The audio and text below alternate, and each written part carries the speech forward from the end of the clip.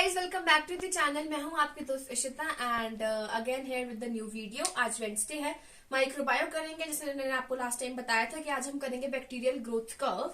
तो आज हम इस टॉपिक को अपने इस वीडियो में कवर कर लेंगे एंड ये इंपॉर्टेंट भी है एंड आपको ये पता भी होना चाहिए कि किस स्टेजेस में क्या होता है, वो मैं आपको भी वीडियो में एक्सप्लेन करने वाली हूँ। सो यस, अगर आप मेरे चैनल पे नए हैं तो please do subscribe the channel and let's get started with our today's video.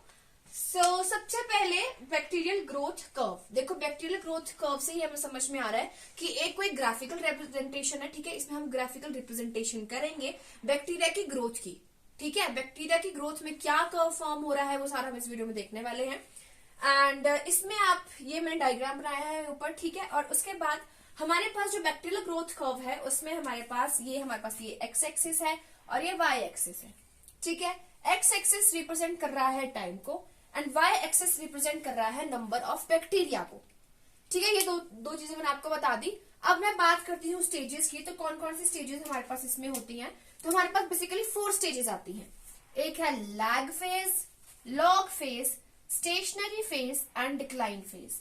ये हमने पहले भी बहुत जगह पे पढ़ा हुआ है कि हाँ 4 स्टेज होती है। पहले लैग होगा, फिर लॉग होगा, फिर एक स्टेशनरी फेज आएगी और फिर वो फेज जो है वो डिक्लाइन फेज में पहुंच जाएगी।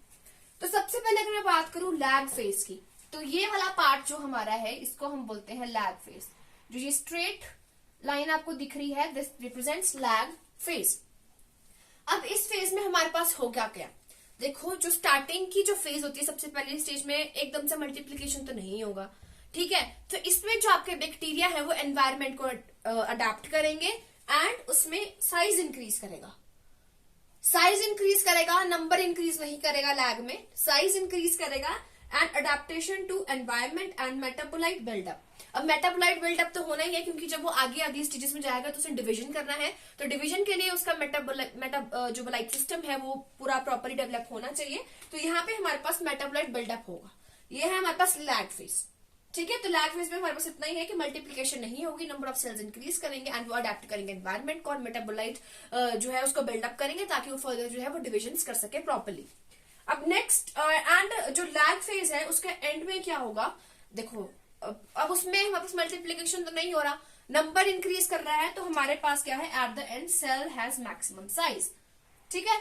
तो हमारे पास इसमें जो साइज है वो मैक्सिमम होगा, नंबर का कोई रिलेशन नहीं है, बस साइज हमारे पास इस स्टेज में मैक्सिमम होगा। मतलब इस फेज में हमारे पास जितना ज्यादा साइज बढ़ेगा उतना ही सही रहेगा लैग फेज। उसके बाद आता है हमारे पास लॉग फेज एंड ये जो बिल्कुल इंक्लाइंड लाइन है ये है हमारे पास लॉग फेज। अब लॉग फेज में क्या होगा? लॉग फेज में सेल का डिवीजन होगा यानी कि मल्टीप्लीकेशन होगा, ठीक है। And number of cells increases. पहले क्या था? जो हमारे पास लैग फेज थी फर्स्ट। तो लैग फेज में हमारे पास क्या होगा? नंबर इंक्रीज करता है कि साइज इंक्रीज करता है? उसमें हमारा साइज इंक्रीज करेगा। अब हम लॉग में आ गए तो लॉग में हमारे पास साइज तो इंक्रीज हो चुका है, अब हमने नंबर इंक्रीज करना, मतलब कि यहाँ पे मल्टीप्लीकेशन का प्रोसेस हमारे पास ज्यादा रहेगा। एंड इसमें जब मल्टीप्लीकेशन हो रहा है, ठीक है, जब सेल्स मल्टीप्लाई कर रहे हैं तो सेल्स का साइज क्या हो जाएगा? स्मॉल हो जाएगा। तो जो स्मॉल इसमें हमारे पास सेल्स जो है वो स्मॉल हो जाएंगे एंड अगर आप उसकी स्टेनिंग करोगे तो आपके पास यूनिफॉर्म स्टेनिंग होगी, उसमें कोई इरेगुलर स्टेन्स नहीं होंगी, इसमें हमारे पास यूनिफॉर्म स्टेनिंग होगी। तो ये हो गया आपका लैग भी हो गया, लॉग भी हो गया। अब आपका सब कुछ हो गया है, साइज भी इंक्रीज कर गया, नंबर भी इंक्रीज कर गया। तो अब हमारे पास आएगा स्टेशनरी फेज। जो ये बिल्कुल स्ट्रेट लाइन यहाँ पे आ रही है इसको हमने बोला है स्टेशनरी फेज। अब स्टेशनरी फेज से हम क्या समझ रहे हैं? स्टेशनरी मतलब बिल्कुल कांस्टेंट। तो यहाँ पे जो हमारी ग्रोथ है वो सीज कर जाएगी, ठीक है। तो ग्रोथ सीजेस ड्यू टू, अब ग्रोथ सीज करने के क्या क्या रीजंस है? सबसे पहले यही है कि जो न्यूट्रिएंट्स है वो एग्जॉस्ट कर जाते हैं क्योंकि जब मल्टीप्लिकेशन हुई तो उस पॉइंट पे सारा न्यूट्रिशन यूज हो गया, सारे न्यूट्रिएंट्स यूज हो गए। अब स्टेशनरी फेज में न्यूट्रिएंट्स खत्म हो गए, एग्जॉस्ट हो गए, तो इट मीन्स कि वो एक कांस्टेंट फेज शुरू हो गई।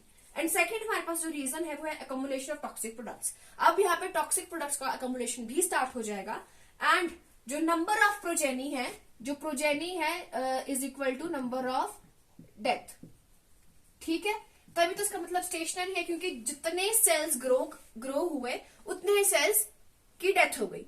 तो death rate is equal to birth rate हो गया, इसलिए ये हमारे पास आ गया स्टेशनरी फेज। एंड इसमें जो हमारे पास वायबल सेल काउंट है वो जो है वो कांस्टेंट रहता है, ठीक है। जो वाइबल सेल्स का काउंट रहेगा वो कांस्टेंट रहेगा, क्योंकि जितने सेल्स ग्रो कर रहे हैं उतने सेल्स जो है वो डाई कर रहे हैं।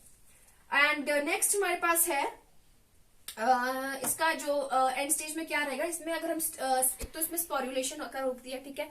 इस स्टेज में स्पोरुलेशन होगा एंड अगर हम स्टेनिंग करेंगे तो वो इरेगुलर स्टेन होगी। एंड इरेगुलर स्टेन का रीजन ये है कि इसमें इंट्रासेलुलर स्टोरेज ग्रैन्यूल्स प्रेजेंट होंगे। जब ये इस फेज में आते हैं तो इनके अंदर इंट्रासेलुलर स्टोरेज ग्रैन्यूल्स की फॉर्मेशन हो जाती है, जिसकी वजह से हम स्टेनिंग करेंगे तो वो इरेगुलर स्टेनिंग होगी। सो ये था स्टेशनरी फेज। अब आता है डिक्लाइन फेज। अब एक बार जब स्टेशनरी फेज आ जाती है तो हमारे पास ये डिक्लाइन कर जाएगा एंड यहाँ पे क्या होगा, जो पॉपुलेशन है वो डिक्रीज हो जाएगी due to death of the sales.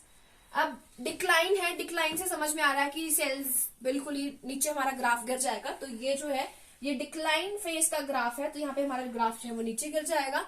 And ये क्यों हो रहा है, क्योंकि जो सेल्स हैं वो डाई कर रहे हैं। तो जब डेथ ऑफ सेल्स होगा तो हमारा जो नंबर ऑफ पॉपुलेशन जो है वो हमारी डिक्रीज कर जाएगी, ठीक है। And decline in viable count is not decline in viable count not in total. तो जो हमारा वाइबल सेल काउंट है उसमें डिक्लाइन आ रहा है, जो टोटल सेल काउंट है उसमें डिक्लाइन नहीं आएगा, ये इसमें बता रहे हैं। एंड इसमें हमारे पास जो लास्ट में क्या होगा, इन्वोल्यूशन फॉर्म्स की फॉर्मेशन जाती है, ठीक है। इन्वोल्यूशन फॉर्मेशन होती है इसमें। And what is meant by involution, involution का मतलब है कि एटिपिकल बैक्टीरिया फॉर्म हो रहे हैं। जब अनफेवरेबल कंडीशन में कोई बैक्टीरिया फॉर्म होता है उसको बोलते हैं इन्वोल्यूशन, ठीक है। तो इस स्टेज के एंड में क्या होगा, इन्वोल्यूशन फॉर्मेशन होगी। एंड इन्वोल्यूशन का मतलब है atypical bacteria which are formed in unfavourable conditions. तो ये था हमारे पास बिल्कुल डिक्लाइन फेज, ठीक है। तो ये था हमारे पास bacterial growth curve. Bacterial growth curve जैसे हमारे पास होता है पॉपुलेशन कर्व आता है, उसी तरह से इसमें है। पॉपुलेशन भी आपको पता है कि पहले लैग फेज आएगा, लॉग फेज आएगा, स्टेशनरी, डिक्लाइन, ठीक है। जैसे ह्यूमन पॉपुलेशन चलती है उसी तरह से हमारे पास बैक्टीरियल पॉपुलेशन भी चलेगी। सो टॉपिक कंप्लीट हो गया है। छोटा सा टॉपिक था ये, बट हाँ समझाने वाला था। एंड ग्राफिकल आपको ये आना चाहिए। जैसे मैंने आपको बताया कि हाँ जैसे पॉपुलेशन में होता है वैसे होता है। पॉपुलेशन में आपको बताया कि पहले जो है वो नंबर इंक्रीज, पहले हमारे पास साइज इंक्रीज का था, ठीक है। साइज के बाद हमारे पास नंबर इंक्रीज करेगा। नंबर इंक्रीज करने का मतलब क्या कि मल्टीप्लीकेशन, तो रिप्रोडक्शन होगा। एंड उसके बाद एक स्टेशनरी फेज आएगी, फिर डेथ स्टार्ट हो जाएगी, फिर वो डिक्लाइन फेज आ जाएगी। तो उसी तरह से ये भी ग्राफ चला हुआ है। बैक्टीरिया की भी पॉपुलेशन का जो ग्रोथ कर्व है वो वैसे ही रहेगा जैसे हमारे पास ह्यूमन पॉपुलेशन का रहता है। सो ये था आज का टॉपिक एंड आई होप आपको ये समझ में आ गया होगा। वैसे तो मैंने ये बुक से किया था, मैं आपको बुक का फोटो शेयर कर दूंगी। अगर आपने बुक्स नहीं ली हैं तो आप यहाँ से भी देख सकते हो और इंटरनेट पे भी सर्च कर सकते हो इसके बारे में। और मैं तो यहाँ पे सिर्फ आपको गाइडेंस प्रोवाइड कर सकती हूँ। मैं कोई प्रोफेशनल नहीं हूँ, कोई प्रोफेसर नहीं हूँ, बट हाँ मुझे ऐसा लगता है कि कुछ नॉलेज मुझे शेयर करनी चाहिए आप लोगों के साथ, तो मैं वो करती हूँ। ये एक बस गाइडेंस है, आप इसको बिल्कुल भी उस वे में मत लेना कि हाँ मैं बहुत ही ज्यादा बड़ी कोई हूँ, नहीं ऐसा कुछ नहीं है। मैं खुद भी स्टूडेंट हूँ एंड जो मेरा एक्सपीरियंस है मैं आपके साथ वो शेयर करती हूँ, जो मैंने अपने एक्सपीरियंस से सीखा है और जो आप लोगों को चीजें पता होनी चाहिए, मैं वो सारी बातें आपसे शेयर करती हूँ। So I hope you understand this and that's it for today. And कोई भी क्वेरी होगी डीएम पे, इंस्टाग्राम पे डीएम कर देना या फिर कमेंट सेक्शन में मुझसे पूछ लेना, मैं रिप्लाई कर दूंगी। एंड लिंक आपको मिल जाएगा पीडीएफ का। So yes that's it for today. फिर मिलते हैं आपसे अगली वीडियो में। Till then take care, good bye.